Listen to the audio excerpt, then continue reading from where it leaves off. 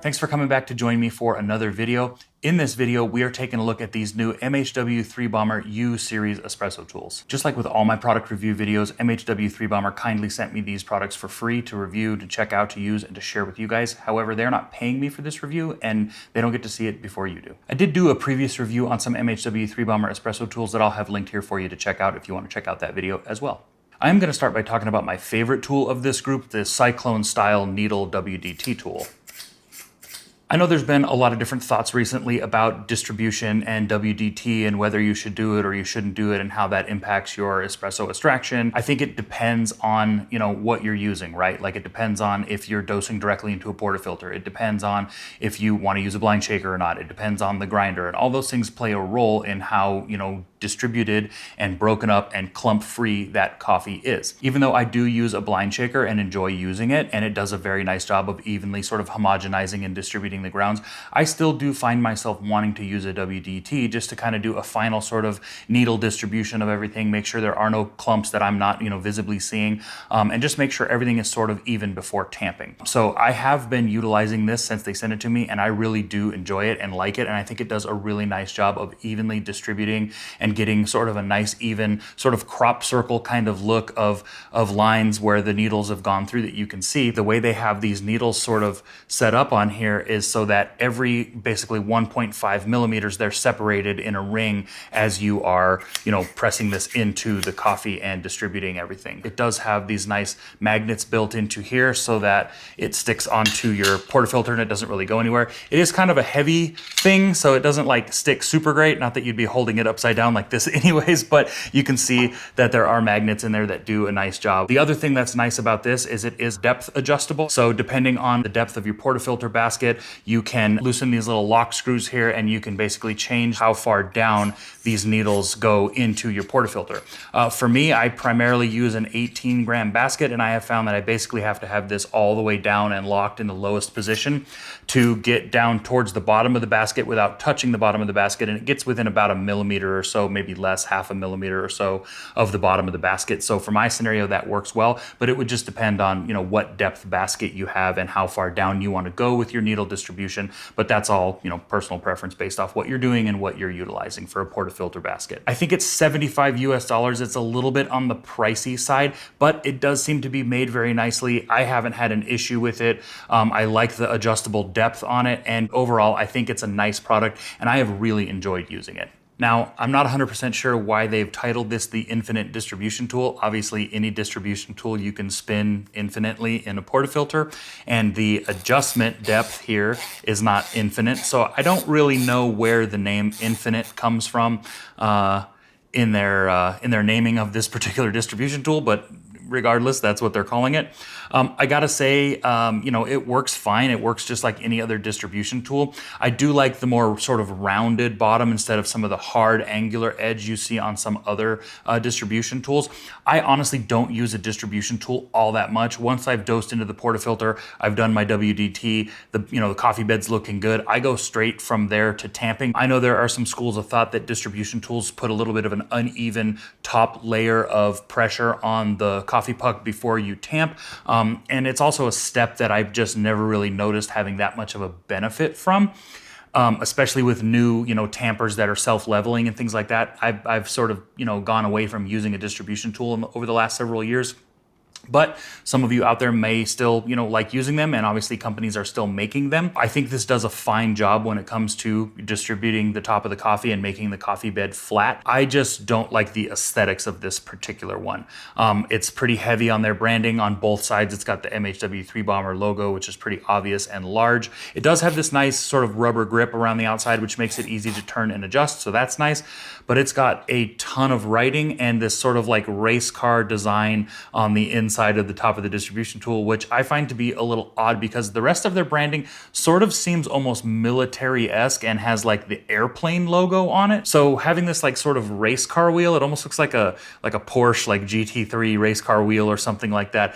And don't get me wrong, I'm a fan of cars. I used to build and race cars myself for a long time. This just sort of feels out of place to me from an aesthetics perspective or a design choice with the rest of their product lineup. So, you know, interesting choice, kind of unique, depending on how you feel about it. Obviously, it's personal preference when it comes to looks, but from a functional standpoint, this does a perfectly fine job as a distribution tool. I do think it's a little expensive at almost $70 US. I think when I looked on their website, it was like 68 bucks. I feel like that's a little bit expensive. It is a nice, solid, heavy-duty piece made out of all, you know, aluminum and metal. So if you are in the market for a distribution tool and you feel like $70 isn't that much to spend on one of these, then this might be right up your alley. I just think that this doesn't check a lot of boxes for me personally when it comes to a espresso tool like this.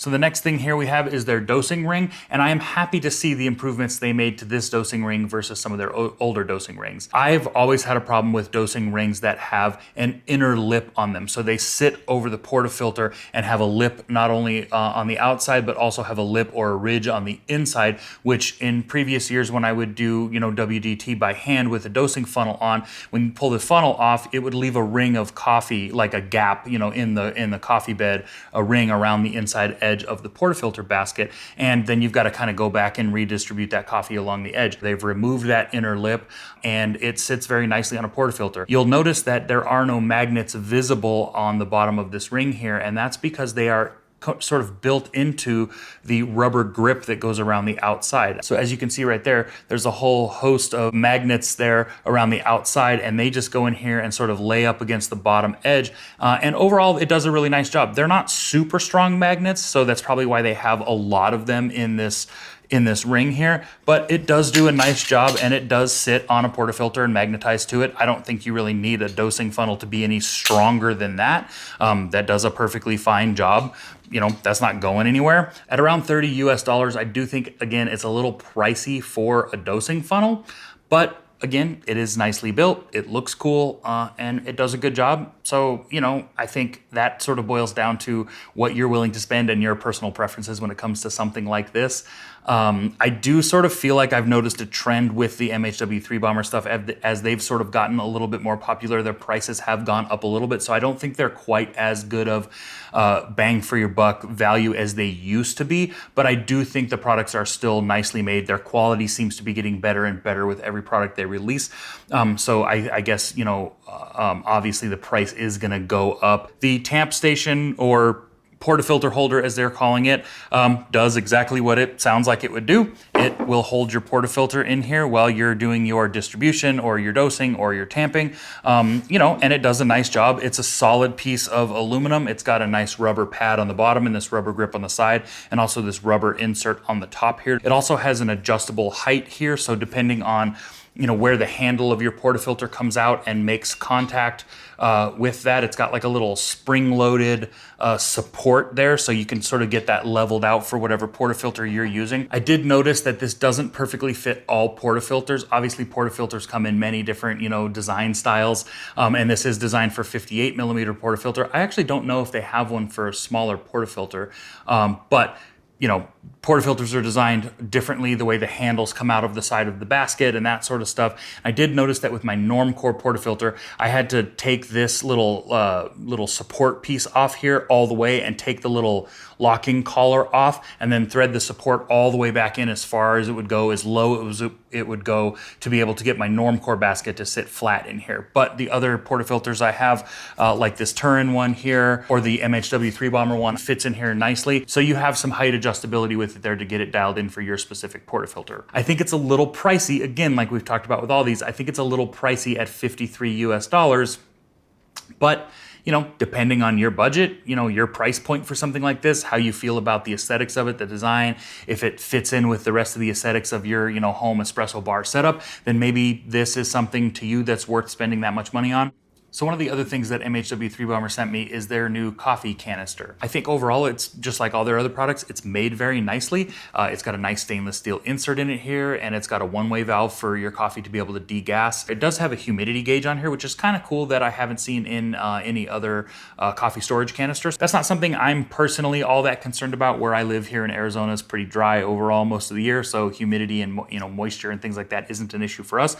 But I suppose for people in other places that are a little bit more wet, have more humidity, and have more seasons year round, something like this may come in handy. There is no vacuum sealing capabilities on this. I thought these little dials and knobs up here were to do like vacuum sealing like you can in like the fellow Atmos canisters, but they are not that at all. They actually just have 30 days or 31 days on them, and then 12 months here, and you can sort of dial in when you've put your coffee or your tea or whatever you're storing in this, what date you put it in here, or what date you want to use it by, or however you want to set that up. It's also got this little spot here on the front so you can slip a little card in here with what is in the canister, which is kind of cool. I just wish it fit the aesthetics a little more. This looks like a little bit of an afterthought, or like a leftover from some sort of stationary thing that they just sort of tacked on here. It's got a little magnetized section here with this rubber or silicone insulated scoop handle, so you can magnetize this to the side there, and it doesn't make any crazy noises, and you're not going to scratch it or anything like that since it's not metal on metal, so that's nice. This can hold, I believe, it says anywhere from like 190 to 250 grams of coffee,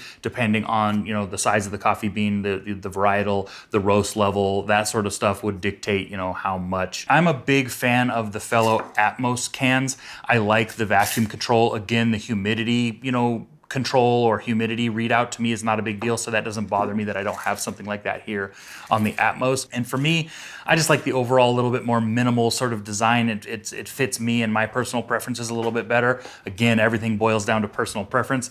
I just sort of feel like there's a lot going on with something that should be so simple. Maybe I would feel a little bit differently about this from an aesthetic standpoint if I had the black one. I'm not personally a real big fan of white stuff. I know I do have a couple things that are white, but it wouldn't be my first go-to choice. Maybe the black version of this I would like a little bit more. I feel like maybe with the white, some of these things that stick off of it and stand out a little bit more. So I do think it has some features that are handy for a certain demographic out there or a certain consumer out there. For me, this doesn't really, again, check all the boxes of something that I would be interested in and be willing to spend the 50 or over 50 US dollars on this when I could get something I like a little bit better for less that has more capacity. So again, personal preferences, it all just boils down to what you like and your wants and needs. Thanks again to MHW-3BOMBER for sending me these products to check out, to review, and to share with you, and we'll see you on the next video.